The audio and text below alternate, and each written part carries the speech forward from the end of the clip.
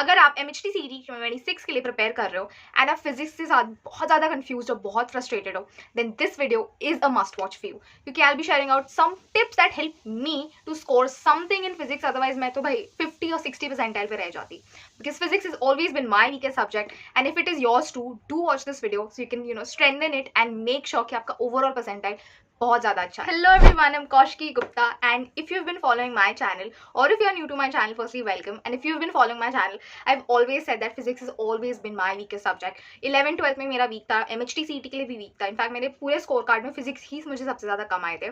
But वो I think 92 percentile तक भी जो जर्नी थी मेरी वो बहुत ज़्यादा ट्रॉमेटाइजिंग थी। इनफैक्ट अगर मैंने कुछ कुछ टिप्स थे जो फॉलो किए तो 92 आया। अगर मैं कुछ भी नहीं करती फिजिक्स के लिए तो भाई मेरा 70-80 आता तो पूरा परसेंटाइल ड्रॉप हो जाता। पर अगर आपका फिजिक्स थोड़ा सा और स्ट्रेंथन हो सकता है then definitely, like for example in my case, अगर मुझे 92 से थोड़ा ज़्यादा आता तो मेरा ओवरऑल परसेंटाइल भी बढ़ जाता। लाइक अगर कुछ ऐसे अराउंड 95-96 तक आता फिर भी इन फिजिक्स तो ओवरऑल अच्छा खासा मेरे को आ जाता, around 98 something. So that's why guys, if आपका फिजिक्स वीक है मेरी तरह प्लीज लेजी मत रहो और इग्नोर मत करो, प्लीज स्टार्ट स्टडिंग। आप first step is to not skip any chapter, क्योंकि देखो मैं इसका रीजन बताती हूँ। अगर आपका फिजिक्स एकदम ही वीक है, मतलब एकदम ही ज़्यादा वीक है, मेरे जितना वीक है, लाइक मेरा तो बहुत ही वीक था फिजिक्स, इनफैक्ट अभी भी है। So firstly the thing is you should not skip any chapter, and the reason why I'm telling you is, अगर suppose आपने पांच चैप्टर टोटल है, let's take a very simple example, उसमें से आपने 2 चैप्टर्स किया या 3 चैप्टर्स, 2.5 चैप्टर्स अराउंड किया है, एंड अगर आपके जो नहीं किए उसमें से इजी क्वेश्चंस आ गए तो आप नहीं बना पाओगे, क्योंकि अगर आपका वीक है कोई सब्जेक्ट उसमें से भी आप ओमिट कर रहे हो चैप्टर्स, और अगर वही जो चैप्टर आपने नहीं किया उससे इजी आ गए, जो चैप्टर आपने किया है उससे टफ आ गए, तो आप जेन्युइनली आपका परसेंटाइल ड्रॉप हो जाएगा, क्योंकि वो ऑलरेडी वीक है आपका सब्जेक्ट, तो आपने उसका अच्छा ग्रास्प नहीं किया है। ऑल्सो अगर आपका वीक है, you still any subject, in fact from PCM आपका कोई भी वीक है, you still have time, build on it, don't make the mistake that I did when I was studying. मेरा वीक था और मुझे बिल्कुल पसंद नहीं आ रहा था तो मैं नहीं पढ़ती थी, मतलब ऑलमोस्ट थोड़ा थोड़ा पढ़ती थी, बट इतना मुझे आई फील और पढ़ना चाहिए था, फिजिक्स पे थोड़ा ज़्यादा फोकस करना चाहिए था। So do not make the mistake that I did, you should definitely study, this is like a humble request, a very genuine request I have. So you can try, firstly don't omit any chapter, her chapter को पढ़ो। अगर आपको कोई chapter नहीं समझ आ रहा है, मतलब इतना अच्छे से नहीं ग्रास्प हो रहा, लाइक मुझे इलेक्ट्रोस्टैटिक्स बहुत गंदा लगता है, वो पूरा पार्ट ही मुझे गंदा लगता है,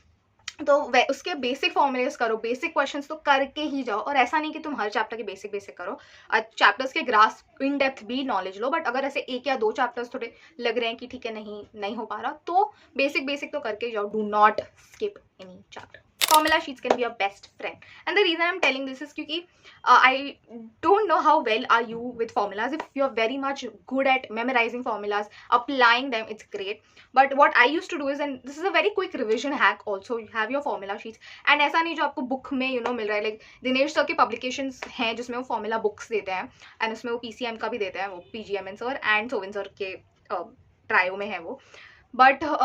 वो तो you can purchase, even I did that and it is helpful for maths, it's definitely helpful, and physics के भी काफ़ी फॉर्मुलेज हैं। बट जब भी आप कोई चैप्टर पढ़ रहे हो अभी, क्योंकि आप पढ़ने वाले स्टेज में, आप ऐसा नहीं कि आप सब कुछ आ गया है, तो आप जब भी कोई लेक्चर देख रहे हो, आप लेक्चर अटेंड कर रहे हो, पढ़ रहे हो, अपनी टेक्स्ट बुक ही यूज़ कर रहे हो, तब एक ब्लैंक शीट ऑफ पेपर में जो आप फॉर्मूला है, जो ऐसा कुछ इंपॉर्टेंट न्यूमेरिकल टाइप, जिससे न्यूमेरिकल क्वेश्चंस बन सकते हैं, जिससे कुछ ऐसे क्वेश्चंस बन सकते हैं जो अगर आपने MHT-CET पेपर्स एनालाइज किए हैं तो आपको समझेगा कि कैसे क्वेश्चंस बन सकते हैं, वो क्वेश्चंस आप एक बार पता चल जाएगा कि ऐसे बन सकते हैं, या इवन कुछ नहीं समझ आ रहा, simply write those formulas, write few important points which you feel are very important for you to remember whenever you're solving कुछ, अगर एक टाइप ऑफ क्वेश्चन है तो you should always write that in one single sheet. And the reason I am telling you this is because जब आपके questions नहीं बनने वाले हैं, अभी तो आप पढ़ रहे हो, थ्योरी पढ़ रहे हो, बट जब आप क्वेश्चन सॉल्व करना स्टार्ट करोगे तब वो स्टेज आएगा जब आपके क्वेश्चंस नहीं बनने वाले, तब ये शीट आपको डेफिनेटली हेल्प करेगा to revisit topics, so you don't have to look at the entire lecture की वो पार्ट वापस से समझने के लिए।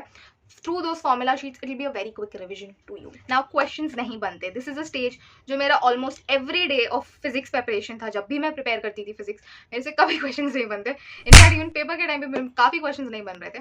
पर jokes apart guys, but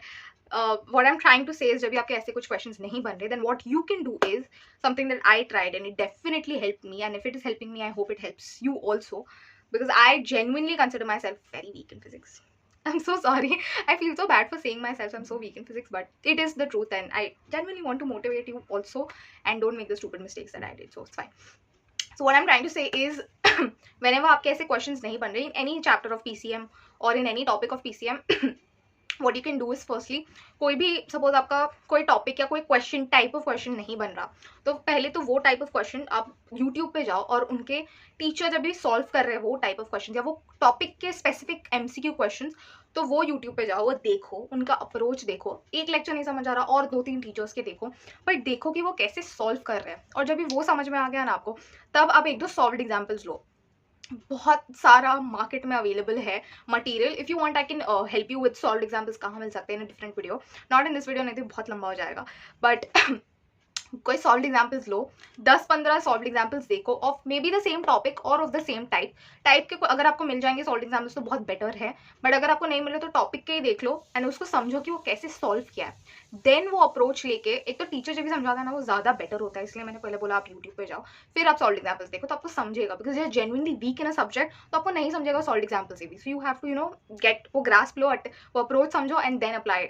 to those questions. And definitely अगर आपको कुछ नहीं समझ आ रहा था तो कुछ ना कुछ तो आपको समझेगा ही। And you can always use a Google Lens जो है, it is the best device, the tool ever। तो आपको just click करना है and you'll get the solution। Being consistent with physics, अगर आपका physics बहुत ही weak है like mine, so start solving questions every single day, क्योंकि that will really help you towards the end। जब भी आपका MHT-CET आ रहा होगा तब आपको समझेगा कि आपने फिजिक्स में कितना ज़्यादा ग्रास पकड़ लिया है। And that is very important, क्योंकि अगर सपोज आपका केमिस्ट्री वीक है तो फिर भी केमिस्ट्री के क्वेश्चन सॉल्व करने में आपको ज़्यादा टाइम नहीं लगते। आपको बस थ्योरी अच्छे से आ गया, आपने 1-2 क्वेश्चन अच्छे से सॉल्व कर लिए, समझ ले, तो फटाफट क्वेश्चन सॉल्व हो जाते हैं। बट विद फिजिक्स वैसा नहीं है, आपको फिजिक्स में बैठ के सॉल्व करके सोच के अच्छे से करना होता है। एंड अगर यही सब्जेक्ट आपका वीक है तो आपको थोड़ा सा और प्रॉब्लम होता है टू अंडरस्टैंड कि वो कैसे सॉल्व हो रहा है। So that's why your physics is weak guys, start solving daily 20 नहीं तो 15 प्रॉब्लम तो करो ही रोज के रोज, ताकि आपका वो जो प्रॉब्लम, वो थिंकिंग कैपेसिटी है वो बढ़े एंड इवेंचुअली आपके बहुत। That's it for this video everyone. I hope that this video is helpful to you. And मेरा main motive behind this video was कि जब भी हमारे क्वेश्चंस नहीं बनते तब क्या करने चाहिए, क्योंकि हम थ्योरी कहीं से भी कर लेते हैं, यूट्यूब पर इतना मटेरियल अवेलेबल है, बट जब वो क्वेश्चंस नहीं बनते, वो वाले स्टेज पे आ जाते हैं हम, तब कहीं ना कहीं हम भटक जाते हैं कि हमें क्या करना चाहिए। So since I have this channel and I have this platform to guide you and help you, and I have a 1K subscriber with me, so I really hope that these few tips help you. And if you have any more tips, anybody who's good in physics also watching, please leave down your tips in the comment section below, or any other subject that you're really good at, you feel you have a good knack at it, so you can put your tips or something special that you do, anything, put it in the comments so we all can benefit from that. Bye bye and all the very best.